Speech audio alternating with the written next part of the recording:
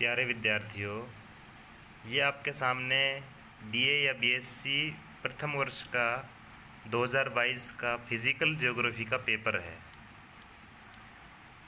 इसमें हमें सबसे पहले क्या देखना है कि जो इसमें सूचना दी हुई है या इंस्ट्रक्शन दी हुई है उनको हमें अच्छे से पढ़ना है। सबसे पहले तो इसमें आप देखो, टाइम 3 घंटे का दिया हुआ है और हमारे जो अधिकतम अंक हैं, मैक्सिमम जो मार्क्स हैं वो 75 हैं आर्ट्स वालों के लिए और 50 हैं साइंस वालों के लिए। तो बीए वालों के लिए 75 नंबर का पेपर आएगा। इसमें सूचना दी हुई है पहले ही नंबर पे जो दिया हुआ है, सबसे पहले प्रत्येक खंड में से एक प्रश्न करते हुए कुल 5 प्रश्न हल करने हैं। प्रश्न संख्या 1 अनिवार्य है। इसका मतलब ये हुआ कि आप देख रहे हो जो पूरा पेपर है उसमें 3 खंड दिए हुए हैं अलग अलग। ये खंड ए है और ये खंड बे और खंड से, यानी कि हम ये कह सकते हैं section A, section B, section C, 3 section हैं इसमें कुल। उसके बाद हमें क्या बताया है, प्रत्येक खंड में से एक प्रश्न करना ज़रूरी है, लेकिन कुल प्रश्न हमें करने हैं 5।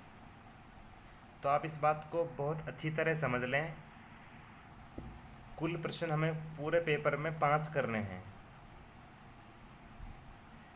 उनमें से जो प्रश्न संख्या 1 है वो अनिवार्य है, यानी कि प्रश्न संख्या 1 तो करनी ही है हर किसी को। तो जैसे ही हमने प्रश्न संख्या 1 को देखा, प्रश्न संख्या 1 के भी 2 पार्ट हैं, पार्ट ए और पार्ट बी। पार्ट ए में आपके लिए मानचित्र दिया हुआ है, उनमें से कोई 5 करने हैं, और पार्ट बी में छोटे क्वेश्चन या फिर हो सकता है ऑब्जेक्टिव टाइप के आएँ या फिर आपको वेरी शॉर्ट आंसर टाइप के, जिसको अति लघुत्तरात्मक बोलते हैं, वो आ सकते हैं। तो जैसे ही हमारा पहला क्वेश्चन कंप्लीट हो जाएगा, उसके बाद अब हमें देखना है section A, section B, section C, 3 section हैं। इनमें प्रत्येक सेक्शन में से एक प्रश्न करना अनिवार्य है। तो 3 क्वेश्चन तो ऐसे हो जाएंगे प्रत्येक सेक्शन में से एक क्वेश्चन करने पर, और एक क्वेश्चन हम किसी भी सेक्शन में से कर सकते हैं। कहने का मतलब ये हुआ, कुल क्वेश्चन कितने हैं, पहले क्वेश्चन को अगर हम छोड़ दें तो ये कुल क्वेश्चन 9 हैं 3 सेक्शन में। तो इन 9 क्वेश्चन में से हमें 4 करने हैं। हर सेक्शन में से एक एक क्वेश्चन करना है, फिर उसके बाद एक क्वेश्चन किसी भी सेक्शन में से कर सकते हैं। और फाइनली लास्ट में कहने का मतलब ये है, 5 क्वेश्चन हमें कैसे करने हैं। पहला क्वेश्चन कंपलसरी, उसके बाद 4 क्वेश्चन जो और करने हैं, किसी एक सेक्शन में से हम 2 क्वेश्चन कर सकते हैं, चाहे हम सेक्शन ए से करें, सेक्शन बी से करें, सेक्शन सी से करें, किसी एक सेक्शन से 2 क्वेश्चन करने हैं हमें, और बाकी बचे हुए जो 2 सेक्शन हैं उनमें से एक एक क्वेश्चन करने हैं। तो इसलिए हम सबसे पहले क्वेश्चन पेपर को बहुत अच्छे से पढ़ें। जो सेक्शन हमें सबसे अच्छे से आता हो, जिसमें हमें 2 क्वेश्चन आते हों, उसको सबसे पहले कर लें। उसके बाद दोनों सेक्शन से एक एक क्वेश्चन और कर लें। यानी कि हमें ऑप्शन दिए हुए हैं, कुल हमें 10 क्वेश्चन दिए थे, 10 में से हमें 5 करने हैं। उन 5 में भी पहला क्वेश्चन कंपलसरी है, तो 4 क्वेश्चन बच गए।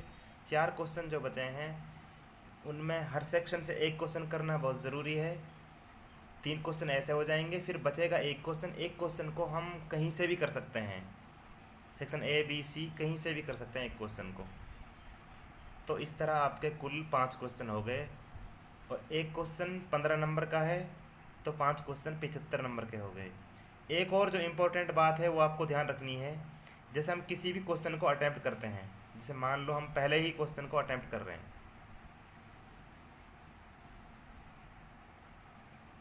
सॉरी पहले क्वेश्चन को नहीं, जैसे किसी दूसरे, तीसरे, चौथे इनमें से कोई देख लो, मान लो हम दूसरे क्वेश्चन को कर रहे हैं, तो ये पूरा क्वेश्चन करने के बाद हमें 15 नंबर मिलेंगे। लेकिन कई क्वेश्चन ऐसे होते हैं जिनको पार्ट्स में डिवाइड किया हुआ होता है। जैसे आप देख रहे हैं क्वेश्चन नंबर 6,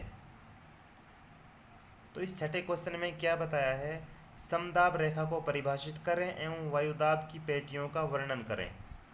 सबसे पहले क्या करना है, समदाब रेखा को परिभाषित, उसके बाद वायुदाब की पेटियों का वर्णन। तो इसमें क्या दिखा रखा है कि जो समदाब रेखा की परिभाषा है वो 3 नंबर की है, ये आप यहाँ दिखा रहे हैं 3 नंबर की परिभाषा है, और वायुदाब की पेटियों को जो वर्णन है वो 12 नंबर का है।